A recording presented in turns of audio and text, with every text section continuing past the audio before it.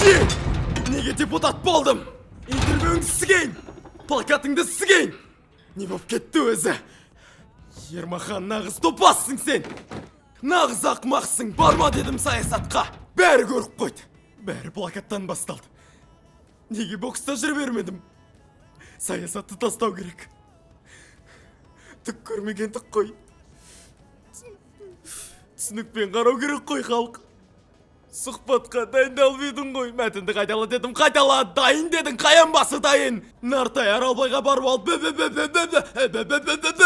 шешең амы. Шай ғана сұхбат шешең сізген бірінші тұрақтан кейін кетіп қалу керек еді. Топас!